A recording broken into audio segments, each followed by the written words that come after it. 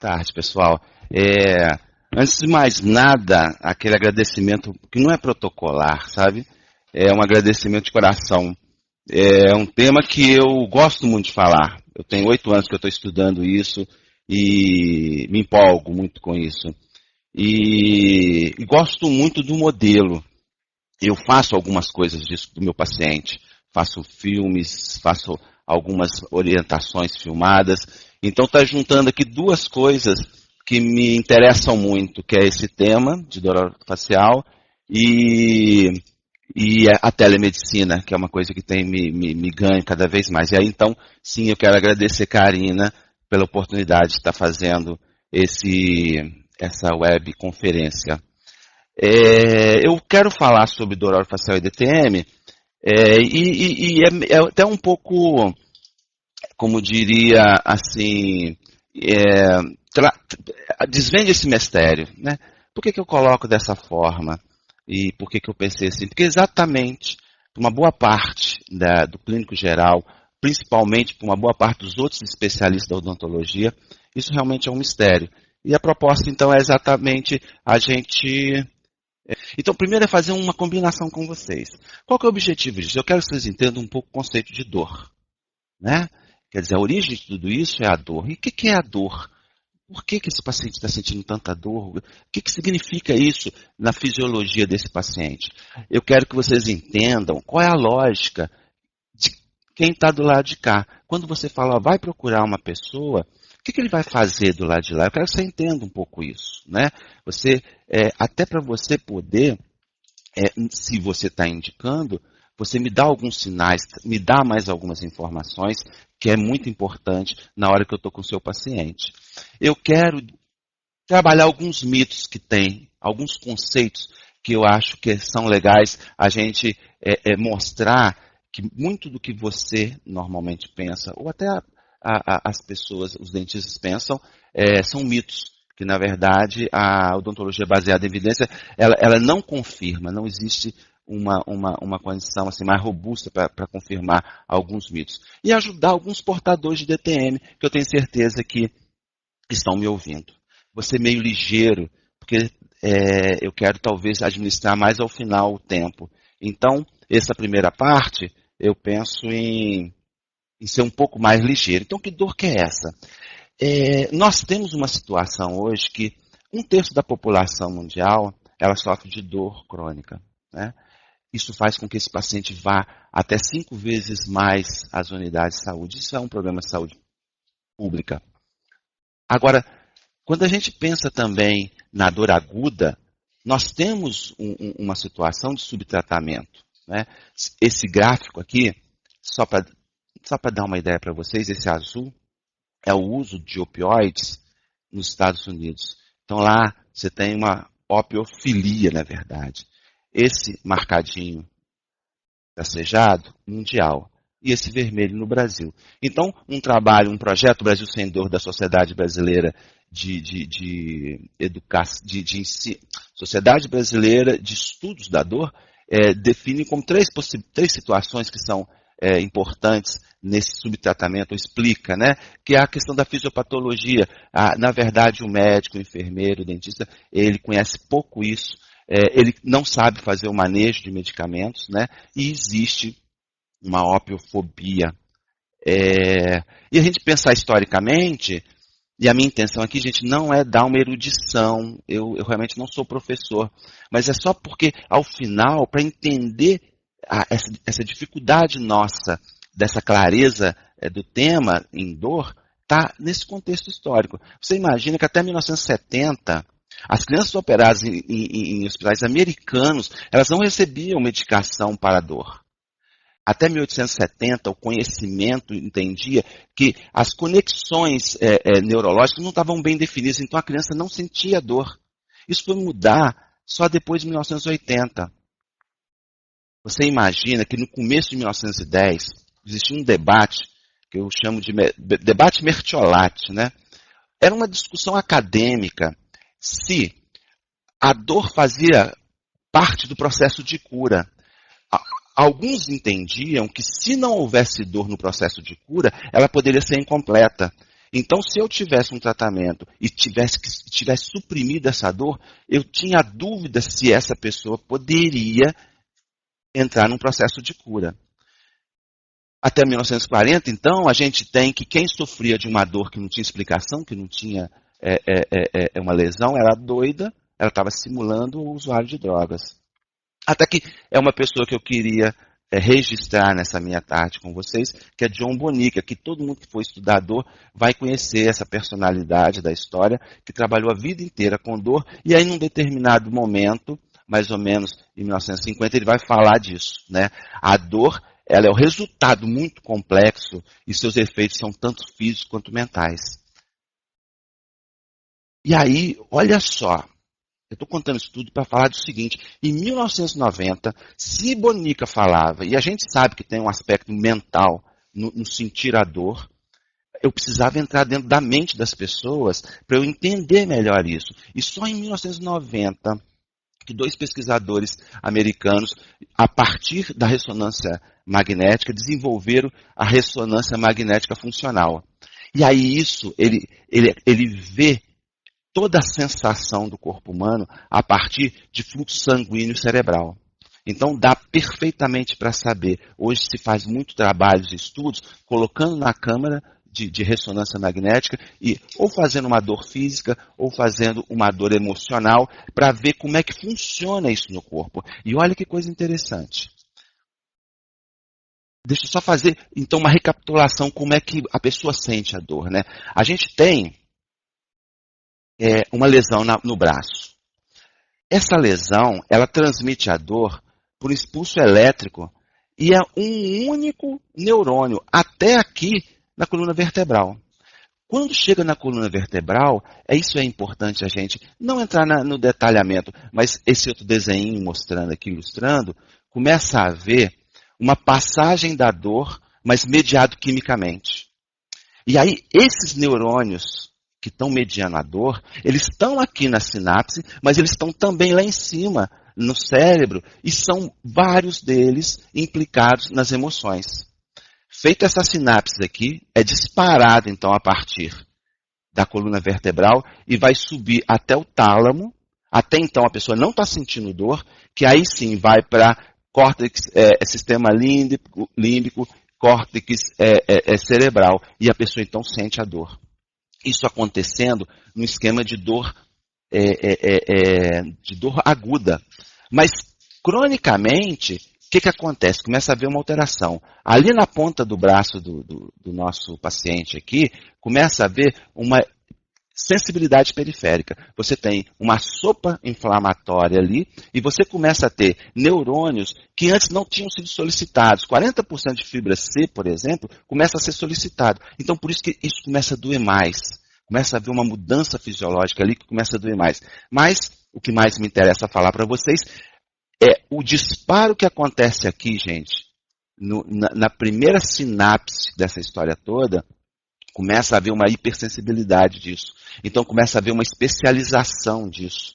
Começa a haver uma situação de que eu não preciso mais de um estímulo lá na ponta do dedo para fazer com que eu sinta mais dor. Basta um estímulo pequeno para eu sentir essa dor.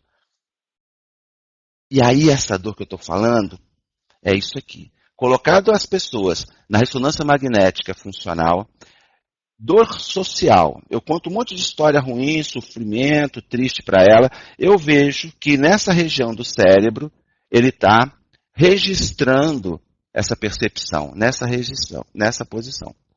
Dor física é muito semelhante. Muito semelhante. Então, eu estou querendo dizer para vocês o seguinte. Quando você está diante de um paciente com dor, a emoção e aquela dor física, elas se misturaram. Se misturaram de leitura no cérebro e se misturaram dos neurotransmissores que estão atuando ali. Principalmente se essa dor, quando essa dor ela é crônica, né? Porque aí a associação, tudo isso começa a acontecer. Deixa eu voltar um pouquinho para fechar essa ideia. Então, até então, eu só queria dizer isso, mostrar como que é tão recente os nossos estudos e mostrar como que o paciente, quando ele está sentindo, existe Mas não é porque é uma situação do paciente, mas porque os neurotransmissores envolvidos são muito parecidos, porque o cérebro que faz a leitura de um e de outra sensação, ela é muito parecida. Aquele modelo, e todos os modelos, quando vocês veem de dor, vai falar daquela situação do braço vindo para a espinha. No nosso caso mais específico, nós estamos falando de uma coisa um pouco diferente, mas meio parecida. Nós temos o rosto sendo captado pelo nervo trigêmeo, a sensibilidade, ela vem para o núcleo trigeminal e vem então para uma região em que é recolhida toda essa informação de dor, tá? Dessa forma. Então, por exemplo, no eixo 3 aqui de mandíbula e tal, você vai ver lá no núcleo trigeminal sentir nessa região. Quando você vê o azul, você sente nessa região. Quando você tem o rosa, sente nessa região. Eu estou mostrando isso, gente, volto a falar. Não é para mostrar como eu sei de fisiologia, mas é para mostrar para vocês que esse paciente, ele está contando de uma experiência. Eu tenho essa dor eu não sei direito se é em cima, se é embaixo, eu não sei. É isso aí, eu estou mostrando fisiologicamente que essa confusão, ela é uma confusão mental, ela é uma confusão fisiológica, porque a recepção e a leitura das dores está anatomicamente muito pequena. Ela é uma experiência porque ela traz também perspectivas de experiência pessoal. Então, uma dor numa pessoa que já tenha tido uma experiência muito grande de dor na sua vida pregressa é de um jeito e numa outra pessoa é de outro jeito. Ela tem praticamente duas formas de se expressar essa dor, essa aguda e essa crônica. Quando ela é crônica, está envolvido muitas outras coisas, e aí volto a dizer, bioquímicas, né, em que você não está autorizado. E aí, se antes não estava autorizado por uma crença, né, pela nobreza da profissão, agora você não está autorizado pela biologia a duvidar dessa dor. A dor do paciente é a dor do paciente. A gente tem que ter elementos para fazer as leituras, para trabalhar, mas é uma dor que eu tenho que acreditar. E, obviamente, conhecer fisiologia, ação das drogas, os aspectos psicoemocionais, psicossociais envolvidos. Então, vamos lá, vamos desvendar esse mistério. Beleza? Eu coloquei uma provocação, na verdade, né? Ele é mistério porque, provavelmente, o conhecimento do dentista ele é muito parecido ou talvez até igual do paciente, né? O paciente e o dentista, eles sabem que a oclusão está intimamente relacionada à disfunção temporomandibular. Muitas vezes ele duvida do siso, o dente do terceiro molar, envolvido naquele processo doloroso, ou na falta de algum elemento dentário. Eu não vou, como eu disse, a minha intenção não é acadêmica, mas eu quero dizer que todos os trabalhos, todos os estudos que a gente tem hoje, eles contradizem isso, né? Eu fui fazer uma busca só para trazer alguma coisa. Esse é um trabalho publicado agora em agosto de 2018, mostrando isso. Não existe relação. Olha, está aqui em inglês, não sei se está dando para vocês verem, mas eu fiz um grifo aqui. Não existe, baseado nos mais modernos literaturas baseadas em evidência, não existe relação entre isso. Então, não é por aí que quando esse paciente chegar, você vai buscar fazer a sua conexão, fazer o diagnóstico. É claro, fez uma restauração há um mês, está sentindo um dolorimento, você vê uma relação direta, não é? Então você vai ver que está um pouco mais alto, faz um desgaste. Sim, mas eu estou falando, gente, num modelo epidemiológico. Pega 1000 pessoas com DTM e vai ver quanto eles fizeram de tratamento ortodôntico. Então isso não fecha.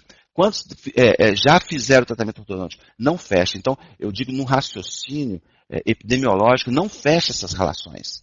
E aí nós vamos entender mais um pouco para frente, o que é que fecha essas relações. Se é verdade que essas coisas não explicam a DTM, também é verdade que a gente não trata a DTM com aparelho ortodôntico. Isso não, vou passar slide rápido para dizer que isso não existe. Querendo, depois a gente vai encontrar, eu posso mandar artigo, eu posso querer entrar nesse debate, eu posso, mas o que eu quero te dizer é o que a gente tem de evidência não me autoriza mais a falar, vai tratar com aparelho ortodôntico e você vai ficar boa dessa DTM. Cirurgia ortognática, gente, em 3% dos casos. Casos muito específicos mesmo, entendeu? Então, se não é por falta de dente, implante não é tratamento de DTM. As placas oclusórias, coloquei até dois pontinhos aí, que ela, na verdade, ela pode ser. Mas quem apostar em tratar DTM só com placa oclusal, não está melhorando nem 20% dos seus pacientes. Tá? Então, essa é uma provocação que eu faço, deixo registrado isso. Se não é isso, vamos para um casinho clínico, que eu acho que aí dá uma animada para a gente falar sobre isso. Também, como o tempo é pequeno, eu não vou ficar esperando, quer dizer, é uma dinâmica para eu falar da questão usando o caso clínico. Mas eu não vou ficar especulando e demorando muito. Né? Mas então isso é uma coisa frequente. Ó, o paciente feminino, 40 anos, dona de casa, vai te falar de uma dor em rosto dos dois lados. Né? Às vezes dói esse ouvido. Vai lá no fundo, como se fosse uma fincada, uma pontada, mas ela sente mais do lado direito. Dói em pescoço, do mesmo lado, e sente o trapézio, quer dizer, sente essa região de ombro aqui dolorida. Ela tem uma cefaleia antiga, em que ela vinha convivendo, mas ela piorou e apareceu junto com esses novos, vamos dizer, novas percepções há 3 meses atrás. 3 meses atrás é dor crônica. Tudo aquilo que eu dizia sobre percepção, sobre a experiência, sobre os neurotransmissores, sobre aquela sopa inflamatória, está posto aqui. Algumas perguntas que você faz, ela não sabe direito, ela não lembra. Ela não lembra o remédio que ela tomou, ela não lembra se foi antes ou depois de alguma situação. Então é nesse momento que você tem que ter esta habilidade hoje, você tem o conhecimento de saber que aquela pessoa está vivendo uma experiência química que justifica e explica tudo aquilo. Dor em cabeça, pescoço, é isso mesmo. A dor orofacial, ela é autoexplicativa. Ela trabalha com essa questão dessa região de dor em tecidos de cavidade oral e face, mas ela vai além. Ela trabalha com algumas neuropatias, né, que eu vou falar um pouquinho ao final, síndrome de ardência bucal, odontalgia atípica, que é um negócio que você deve ter tido pacientes assim, mas não sabia e vai saber hoje mais ao final. A DTM, ela então é um capítulo dessa dor orofacial. Essa especialidade começou em 2012, dor orofacial, tem um capítulo, que é a DTM, que realmente vai estar não só na articulação, mas em toda essa região ao redor e associado ou não à cefaleia, como por exemplo nesse paciente, é um paciente da DTM, doenças reumáticas, né, zumbido frequentes e eventos otológicos, né? Ela é impactante. Como eu disse, alguns que estão me ouvindo estão interessados como profissionais, mas estão interessados como paciente. É difícil de medir, mas você tem vários trabalhos dando conta de 20% a 30% de pessoas que têm um distúrbio orofacial, tenha tido nos últimos 6 meses. Né? Mulher de 40 anos, exatamente isso. Eu faço uns trabalhos em grupo, e um grupo de 30 pessoas tem umas 17, 16 mulheres e o restante homem.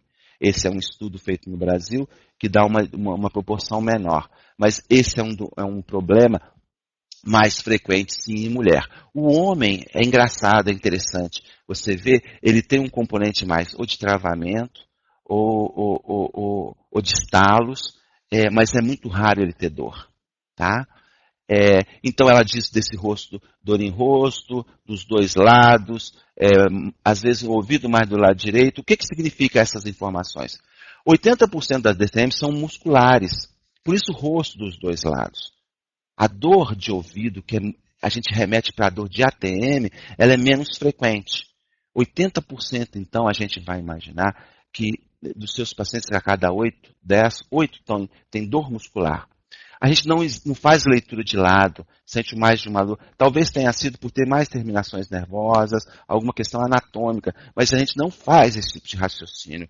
Porque aqui está faltando um dente. Não, porque vocês vão ver lá para frente que o fato de estar faltando um dente não vai fazer diferença no raciocínio mais geral. E dor em pescoço e trapézio tem aquela situação que eu mostrei, que faz a leitura muito próximo, mas aí você tem que pensar em comorbidade. Tem que estar pensando e perguntando sobre a questão do uso do celular, a questão de ficar com o pescoço em má posição. Então você também tem que investigar essas coisas, porque às vezes não está só na DTM. Tá legal? Cefaleia crônica com piora 3 meses. DTM e cefaleia andam juntas. Ela pode piorar. O que é legal nesse slide e nessa observação? Se você tem um paciente, daqui a pouco você vai aprender a fazer o diagnóstico disso, e você percebe que ele tem uma cefaleia primária, tipo assim, uma enxaqueca, uma cefaleia tipo tensão, você vai, duas coisas. Ou ele está em tratamento com um neurologista, você vai dar ênfase nisso, porque o neurologista, às vezes, não tem essa informação e ele fica patinando com o tratamento dele por exemplo, enxaqueca, porque não está sendo tratada a DTM. Ou, quando você for trabalhar, é de estar conversando na possibilidade de você diminuir aqueles episódios de dor, mas ainda ter episódios, porque é dessa doença de comorbidade, que seria a cefaleia.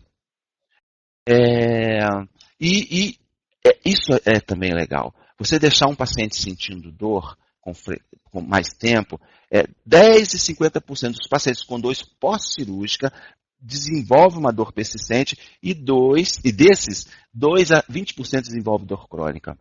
Então, aquele processo que eu mostrei de dor crônica, que aquilo vai acontecendo, vai se especializando, vai sentindo dor, o próprio cérebro vai mudando. Um paciente que está com dor há 10 anos, uma dor lombar, uma enxaqueca, é um paciente que tem um cérebro diferente. Tá legal? Então a gente tem que ser, assim, não pode negociar com a dor. Fez um trabalho, fez alguma coisa, tirar a dor do paciente. E então, se é isso, se não é por essas coisas, por que essa pessoa tá aqui em frente de mim com essa dor? Quando você vai estudar, é dito que a DTM ela é multifatorial. Então você vai ter trauma de batida mesmo quando criança, trauma que o próprio dentista pode provocar, e aqui um alerta, siso. Quantos pacientes eu não tenho porque tiraram o siso? Mas não é uma relação direta. É porque ele vinha com uma DTM, vamos dizer, controlada, ficou 40 minutos, 1 hora de boca aberta, ele começa a disparar dor. Depois de um implante, depois de um tratamento endodôntico, entendeu? Então o paciente que tem DTM, ele tem que ficar quietinho com essas intervenções. Ele tem que fazer um controle dessa DTM para fazer depois alguma coisa. Porque ou você pode disparar, ou você pode piorar uma DTM, uma dor que ele já tenha. Então, pode ter esses traumas, trauma odontológico, você pode ter explicações psicossociais, doenças degenerativas, reumatológicas, endócrinas. Então, ela é multifatorial. Pode ser até fator genético que você vai encontrar na literatura. Só que, para mim, tem uma questão que ela é pertinente a todos esses quadros, que é a questão do microtrauma. Microtrauma. Uma coisa é bruxismo e vigília, bruxismo noturno, hábitos parafuncionais, manias, uso de prótese total, porque na prótese total ele pode ter uma insegurança e ele ficar tentando segurar, ele ou ela, normalmente ela, tentando segurar a prótese, fazendo com que ela faça um bruxismo e vigília. Então, dessa multifatoriedade, a que eu mais trabalho, eu começo a trabalhar, e que a literatura fala em 90% de melhora, eu, na minha experiência, mais de 60%, 70%, depois da primeira abordagem, já volta melhor, trabalhando essa questão, microtrauma. E o que é esse microtrauma? Tocar dentes em vigília. Gente, é muito impressionante como que muitos pacientes nossos, eles não sabem. Às vezes, no primeiro contato, ele vai falar, não, eu não faço isso. Mas investigue isso, e seja enjoado com isso, gente. Tocar dente em vigília. E tente explorar os vários termos. Tente explorar, porque eu tive um paciente uma vez, que 3 consultas depois, ele falando que não tocava, aí ele disse para mim assim, olha, eu descanso o dente um no outro. Eu já tive paciente que tinha zumbido e só parava quando ela apertava. Ou seja, ela era estimulada pela própria patologia dela a fazer um hábito, a ter um hábito, a manter um hábito que é de perpetuação da DTM, mascar chicletes. Quer dizer, se eu estou falando dessa coisa inocente de ficar tocando o dente, imagina mascar chicletes, imagina roer unhas, né? Imagina pessoas que têm mania de ficar apertando a língua, ficar tocando, forçando essa língua. Ela começa a desenvolver uma dor nessa região mais infraioídea, entendeu? Que às vezes se confunde com... Ela diz assim, dói aqui assim, dói nessa região submandibular. Pode olhar, está tendo um padrão. E a questão da qualidade da prótese, como eu dizia, uma prótese mal adaptada, essa pessoa fica tentando segurar a prótese e aí provocando essa situação. Olha que legal essa imagem, essa foi recente, falei, não, tem que levar para essa aula. Você vê, a língua dela está marcada pelos dentes. Cadê o meu negócio aqui? Aqui, ó. Tá vendo? Isso aqui é um molar que está aqui, ó, cravado. Isso aqui não se consegue fazer sem muito apertamento aqui. Olha aqui, ó, um pré-molar cravado aqui. Então a gente tem que olhar, perceber esses padrões. Paciente de DTM, você deixa ele em frente e você vai esquadrinhando ele. Ele fica balançando a perna, ele fica mexendo no dedo, ele fica com a mão mexendo. Você percebe essas manias e aí seguramente ela não está só naquilo que está exterior, ela pode estar internamente. Então valorizar isso. Você conversar sobre isso, insistir nisso, é o segredo da sua abordagem para DTM. Tá? E essas pessoas, a gente vai ver na literatura que os pacientes depressivos e ansiosos, eles estão mais propensos a DTM. E a minha experiência é o ansioso. O deprimido é mais raro. Agora, o ansioso é muito frequente. E aí vão tirar essa ideia, gente. A pessoa ansiosa não é aquela impaciente. O paciente ansioso é aquele que te fala de insônia. Tem que perguntar se o paciente sobre sono. Tratamento de DTM, que não está perguntando, não está valorizando o sono do paciente, não está indo pelo bom caminho. Tem que perguntar sobre ataque de pânico. Aquela pessoa que eventualmente tem um pensamento, tem um batimento cardíaco, né? Tem uma falta de ar. Você vai saber que ela já foi em pronto-socorro achando que estava tendo uma crise cardíaca. Vai saber que ela tem, às vezes, falta de ar. Então, você vai percebendo que esse paciente está te mostrando muito mais do que a falta daquele primeiro molar. Está te mostrando um quadro que aí a gente pode, num outro momento, conversar sobre o que é isso, né? Tipo assim, ansiedade e dor, sabe? Eu acho que isso dá uma aula e a gente entender como que é isso, como que vai acontecendo e como que você vai ficando mais travado, no sentido próprio da palavra. Tá? E aí é fundamental você não se ater naquela situação. Então a gente já conheceu esse paciente. É um paciente confuso, é um paciente que não sabe explicar direito onde está essa dor, é um paciente que está impaciente para você tratá-lo. Então se você fica especulando muito, ele quer fugir daquilo, ele quer sentar na cadeira e você fazer alguma coisa para acabar essa dor. Mas não caia nessa armadilha. Você precisa voltar ao tempo. São 3 meses de dor, mas me fala uma coisa, só um pouquinho. Há 3 meses atrás, como é que começou essa dor? Você sentia alguma coisa? Ela começou normalmente, por exemplo, uma dor de dente, você tem que fazer esse diagnóstico diferencial, ela começa insidiosa. Não, realmente, começou assim, olha, eu comi um doce, fui comer um pé de moleque, começou a doer. Doeu, passou. E aí começou a modular. Opa, isso não é DTM, gente. Isso não é enxaqueca, isso não é nada. Isso é dor de dente, isso é trabalho seu. Isso é serviço seu. Entendeu? E aí você está com dificuldade de fazer a interpretação, faz uma anestesia. Faz uma anestesia. Nossa senhora, parou, estou bem, acabou. Você não faz isso com DTM, você não faz isso com enxaqueca.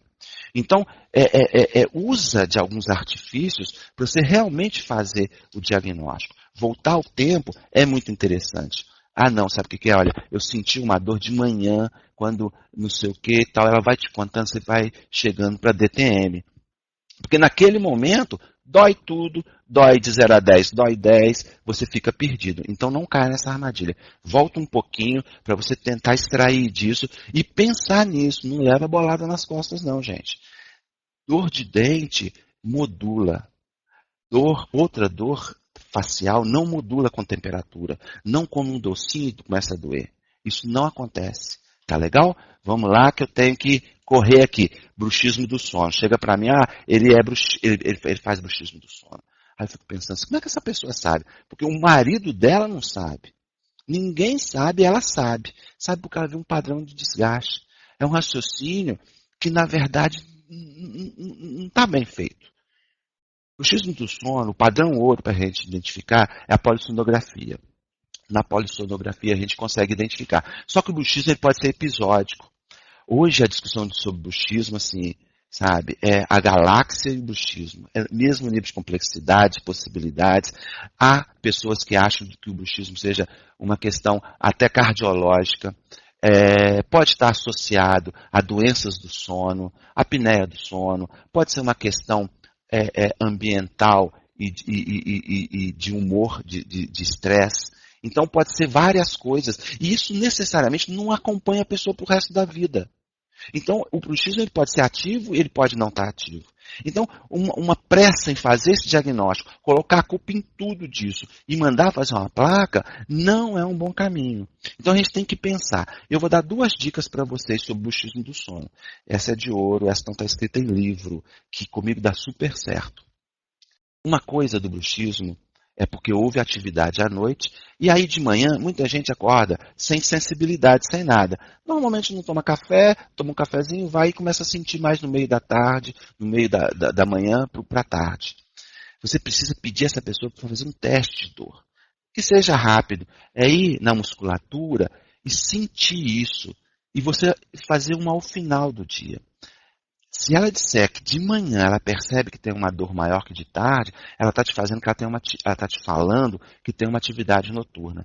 Você fica mais próximo, então, opa, aí tem um bruxismo noturno. Se ela já te conta que ela acorda com dor, que ela acorda com a sensação de travada, você está mais perto. E, obviamente, se tem uma esposa que fala, ó, eu estou dormindo na sala porque ele range a noite inteira. Obviamente, você está mais perto. Tá bom? Vamos lá. E aí, como é que eu fecho esse diagnóstico? Então, várias possibilidades, né? Mas tem uma coisa que é assim, se não for isso, não é DTM. A questão do exame físico, tá? Você precisa palpar. Essa dor, ela está dentro da síndrome miofascial. Aqueles 80% que eu falei de dor muscular, é um capítulo da dor chamado miofascial. Não é de face, não, é de fáscia. Uma característica de dor muscular. E aí, uma característica que ela tem é ponto gatilho. Você tem as regiões da musculatura em que você, apalpando, muitas vezes você sente como se fosse um ressalto, que aí é dito quando você vai no fisioterapeuta, está cheio de nódulos. Aquilo ali se chama ponto gatilho. E se você apalpar um paciente que está reclamando daquela dor em tudo, você apalpar, sentir isso, perceber isso, e ele falar, esta dor. Pronto, você fechou o diagnóstico de DTM. Ela tem uma DTM muscular, tá? No masseter ou no temporal, que você esquadrinha essa musculatura. Se você vai na articulação, dentro do ouvido, e faz uma palpação, não precisa ser grande, porque ali dói mesmo, e ela fala, tá doendo. É uma dor parecida com a que você sente quando vai mastigar, quando vai bocejar? É essa dor mesmo. Pronto, você fechou o diagnóstico de DTM muscular e articular. Tá legal? Ela pode ser uma dor reflexa. Então, aí já é um detalhe, mas só para você saber o que acontece. De repente a pessoa fala assim, eu não estou conseguindo abrir a boca. Você fala, está travado. Não, pode ser uma cinesiofobia. Se você aperta naquele ponto ali da musculatura, espera um pouco, ele fala, está indo lá para dentro do ouvido. Ou seja, lá atrás, lembra daquela situaçãozinha que eu mostrei? Está havendo uma confusão de leitura. Na verdade, a dor não é de origem otológica, ela é muscular, fazendo um reflexo em ouvido. Tá legal? E, gente, não se vê isso em imagem. É igual enxaqueca. Quando o neuro pede um exame, ele quer afastar bandeira vermelha. Ele quer saber que ele não quer levar bolada nas costas, porque de repente tem um tumor ali e ele está dando topiramato. Então ele está preocupado com isso. Mas ele não está querendo fazer um diagnóstico de enxaqueca desse jeito. Assim como um paciente de DTM. Quando pede alguma coisa, é em algumas situações mais especiais que eu estou querendo afastar alguma coisa. Eu raramente peço ressonância, muito raramente.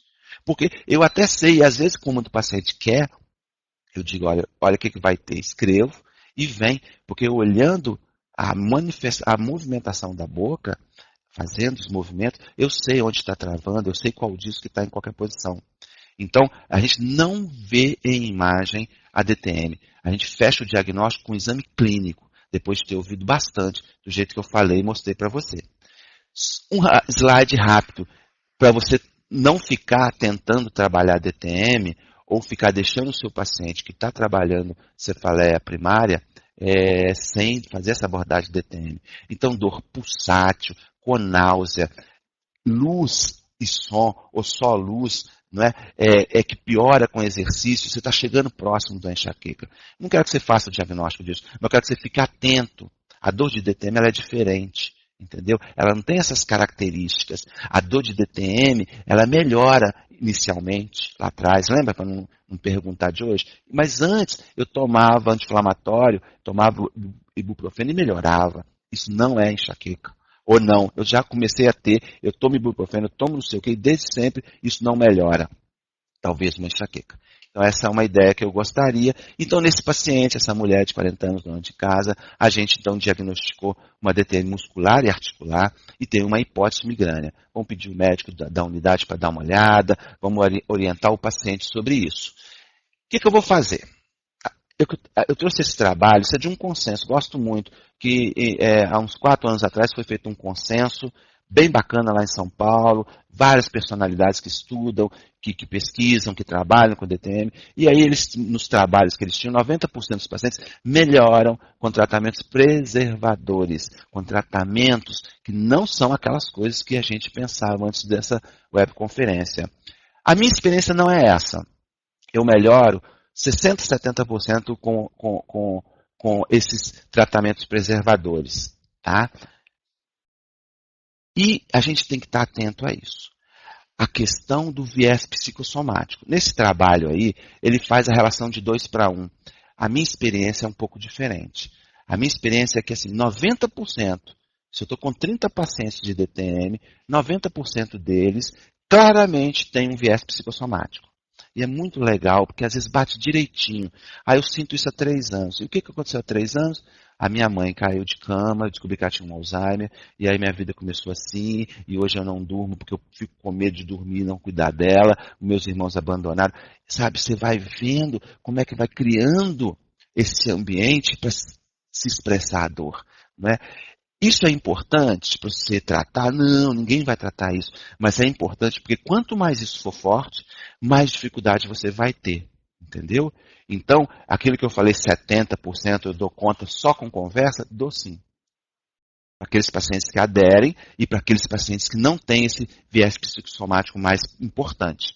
Porque aí então eu preciso de trabalhar outras coisas, tá bom? O que eu faço? Agulhamento a seco. Não vai dar para explicar, mas é uma técnica. Imagina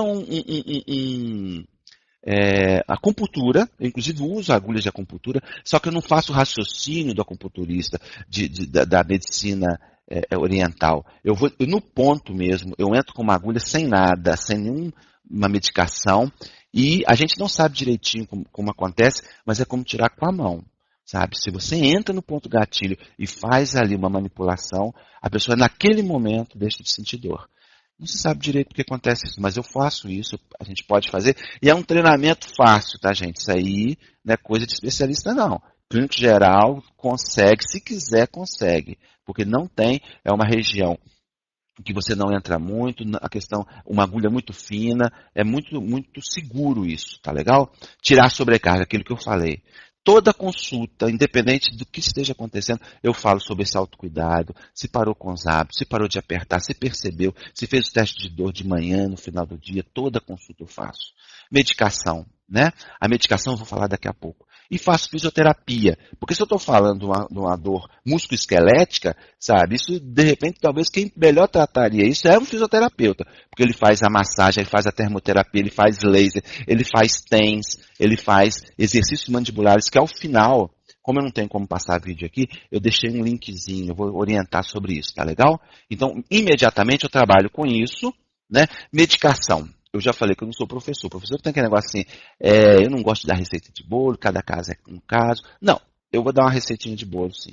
É uma dor inflamatória, então é anti-inflamatório. Talvez por algum motivo o seu paciente não possa fazer o ibuprofeno, mas como é uma medicação de unidade de saúde, do Ministério da Saúde, então ela é fácil. O que acontece, nós temos 300 miligramas. Você pode começar com uma dose menor, talvez, mas eu faço uma carga máxima, eu faço 600 miligramas de 6 em 6 horas durante 2, 3 dias, entendeu? Que é uma cartelinha, você dá uma melhorada. E aí, obviamente, né, eu estou entendendo que você tem um bom senso de perceber uma coisa muito grave é uma coisa mediana, você pode trabalhar isso, né? E a ciclobenzaprina, isso é um relaxante muscular, tá, gente?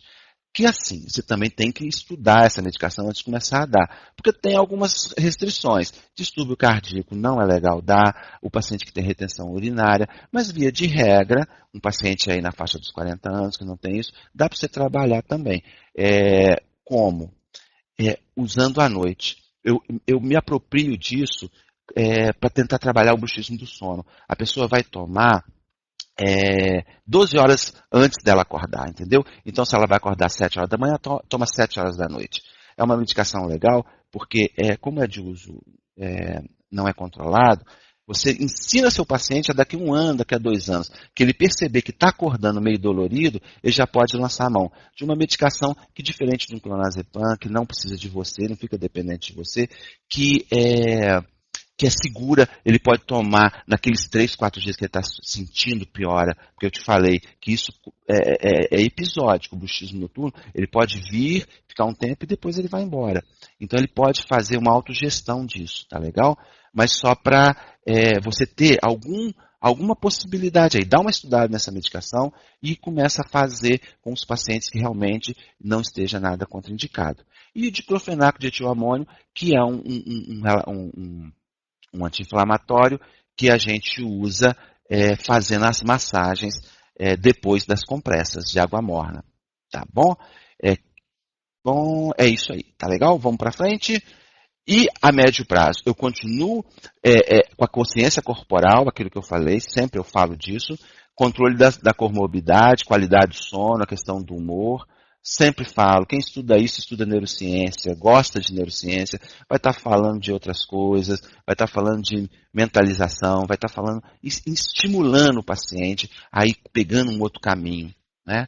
E a médio prazo também, eu posso, aí sim, se aqueles 30% que não está dando certo, eu vou fazer o uso de ansiolíticos, antidepressivos, fazendo uma ressalva, os inibidores seletivos de recaptação de serotonina. Quem são esses? Fluoxetina, sertralina, paroxetina. Esses, você lê na bula, pode dar uma diminuição da dopamina, que é um daqueles hormônios que eu falava lá dos neurotransmissores, e aí você pode aumentar essa sensação, essa necessidade de ficar apertando. Não é incomum um paciente que reclama que está com dor, aquela coisa toda, e esse remédio aqui, essa sertralina aqui, não, tem uns 4 meses que eu comecei a tomar, e você viu a associação? Sim, piorou minha dor de cabeça, eu fiquei mais tranquilo, mas piorou minha dor de cabeça. Infiltração de toxina botulínica não tem evidência para isso, mas muito raramente se faz. Ainda hoje ela não está uma primeira indicação. E as não medicamentosas, como placa mio-relaxante. Essa sim, o caso está patinando, eu preciso de entrar com a placa para que eu reforce aquela autoconsciência. Essa placa ela pode ser usada para a pessoa colocar à noite usando alternado para criar uma confusão, então quebrar esse bruxismo, porque se ela usa todas as noites, olha só, nós não nos adaptamos. A gente, se tem um cheiro horrível perto do seu quarto lá, de tinta, todas as noites, daqui a pouco você não sente mais esse cheiro. Se você coloca uma placa e fica usando todas as noites, você não causa mais estranhamento. Eu, às vezes, tenho pacientes que estavam usando placa e está apertando, está doendo. Então, ela por si só, ela não é mágica. Você precisa de pensar numa estratégia para que ela funcione. Usar alternado à noite e de dia também. Usar de forma, se ela não está conseguindo perceber os toques, se ela não está conseguindo conter, se ela está de placa, ela diminui bastante isso. Tá legal? A longo prazo, a dor crônica ela não tem cura, ela tem controle, os pacientes ficam muito bem controlados e assim eles ficam bem. A gente pode pensar em TCC, que é uma vertente da psicoterapia, mas sempre nos pacientes mais difíceis, mais refratários, pensar numa abordagem psicoterapêutica, em aquelas abordagens não medicamentosas, como eu falava, né? Auto-hipnose, tudo isso é legal, a gente tem uma leitura, não para a gente fazer nos outros, mas para a gente, de repente, estar sugerindo ao paciente. Agora eu vou fazer só um bate-bola, assim, de coisinhas pequenas, tá? Desgaste dental, gente. Não necessariamente. Existe um desgaste dental fisiológico. Eu recebo, às vezes, pacientes de 60, 50 e poucos anos com um desgaste e o dentista achou que era muito. Eu falo, gente, não sei o que é muito, não temos esse parâmetro, né? Então pensa assim, que não está condizente com a ideia, com a idade da pessoa. Às vezes pode ser normal para oclusão, porque você imagina, às vezes vem para mim, o cara só tem assim, premolar, caninos incisivos e não tem nada, ele perdeu essa dimensão vertical. Com o tempo, ele veio precisando, necessitando de fazer esse desgaste, entendeu? Então não tem. O anormal foi a perda de dente e foi esse padrão todo que foi acontecendo. Mas ali não é um problema. Ah, não, estou querendo recuperar e tal. Então nós temos que pensar que isso é muito mais complicado. Eu preciso fazer uma reabilitação para aumentar a altura, para entrar com resina ali. Então, eu não tenho solução. Não mande para uma pessoa, porque ela também não tem essa solução. Você tem que pensar em ambiente bucal. Por que está acontecendo isso, né? Porque se eu tenho um bruxismo, eu tenho um pouco. Colocar numa pessoa que tem um problema gástrico, tem refluxo, o desgaste dela vai ser diferente do meu. Então, desgaste diz respeito a movimento, mas diz respeito a esse ambiente também. Pode ser químico. Esse cara, há 2 anos atrás, ele era usuário de cocaína, só que ele não é mais. Então, nós vamos tratar isso. Não tem por que tratar. Então, a gente tem uma compreensão maior do paciente, né? Para a gente, então, ver o que a gente quer mesmo desse paciente e aí você fazer ou você está encaminhando. Desordem de disco articular. Rapidinho. Estalo, gente. Estalo não dói. Dói. Uma artrite, está inflamada a articulação. Mas o estalo não dói. Ele é isso aqui, ó. Esse primeiro aqui, você tem uma condição normal. Na hora que o cândilo vai abrindo, ele força o disco articular, ele pula para trás. Esse é o estalo. Isso é uma coisa que a gente não tem como prometer o paciente de melhorar. Entendeu? Então eu não tenho condição, porque isso é um desarranjo mecânico. Está solto esse disco. Eu preciso fazer tudo aquilo que eu faço para que ele não passe a ser para ter um quadro de dor. Tá legal? Travamento mecânico ou cinesiofobia. Esse paciente não está conseguindo abrir. Pode ser sim que exista, como aqui no meio, olha, tem aqui um disco travando e quando ele força, aqui nesse aqui, ó, no último vermelhinho, ele trava. Mas a grande maioria é cinesiofobia. Está travando porque, como é 80%, os trabalhos 88% de muscular, o que acontece? A dor é muscular e ele não abre por conta de dor. Se você faz um agulhamento, faz uma massagem, faz uma compressa, ele abre quase o dobro que ele estava abrindo. Estalos, travamentos, crepitações, que é como se fosse o papel sendo amassado, mostrando que existe uma degeneração articular maior, a gente vai trabalhar com autocuidado. Então, tudo aquilo que eu falei está valendo para aqui, porque essa articulação está sendo desarticulada por sobrecarga, tá? Eu vou fazer infiltração de ácido hialurônico, corticoide eventualmente, e vou usar placa de avanço de mandíbula eventualmente. Então são coisas que estão propostas, mas como eu disse, nós estamos falando de 15% dos casos, e desses 15 talvez 10% eu trabalhe sem nada disso, só com autocuidado. Tá legal? Zumbido pode ter a ver sim, mas você pode fazer esse diagnóstico. O paciente chega com zumbido reclamando, se você vai nos pontos e ele modula o zumbido, é uma DTM. Se ele fala, olha, quando eu faço uma força assim, quando eu forço os dentes, quando eu mexo para cá, eu mexo para lá, eu modulo, é uma DTM. Agora, se nada disso modula, ela é sistêmico, então esse não é meu paciente. Síndrome da ardência bucal, ardência de língua, de boca, gente, isso é coisa nossa. paciente de 60 anos, 70 anos, tudo que ele come está ardendo. Isso é um paciente nosso. Não vai dar para a gente trabalhar, eu sabia que não, mas eu só queria pontuar. Odontologia atípica tem mais história naquele dente que foi extraído e a pessoa volta e fala, acho que ficou uma raiz, está doendo. Não. A lesão pode ter feito uma neurite, entendeu? Então a dor ali, ela realmente existe, ela é de dor de nervo. Tá? Aí ele toma um monte de remédio e não passa. Isso é uma dor de dor orofacial. Neuralgia do trigêmeo, só dizer o seguinte, isso é muito especial.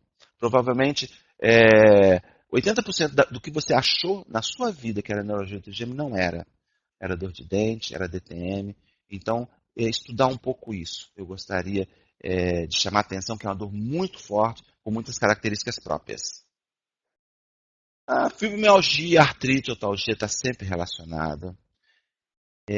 Para finalizar, mucosa jugal mordida, às vezes vem muito. E essas são coisas, gente, que não tem um sentido. Você precisa conversar com o paciente. Né? De repente, ele come apressado, por isso ele morde. Tenta entender melhor uma região posterior que você vê que está mais machucadinha. Talvez seja um terceiro molar que ele está mordendo. Então, tenta analisar melhor esse paciente. Estou acabando. Esse, busca na rede, tá? Vocês vão ficar com esse slide. Cada tema desse é um tema que eu considero interessante. E esse último é para exercício para controle da orofacial. Como se passa a dor. Se você entra no Google com esses nomezinhos que estão aqui, vocês vão para os filmes. E é isso. Muito obrigado. E me perdoem, eu acho que eu fiquei muito tempo, mas espero e acredito que eu tenha cumprido aqueles objetivos que eu tenho definido no começo. Obrigado.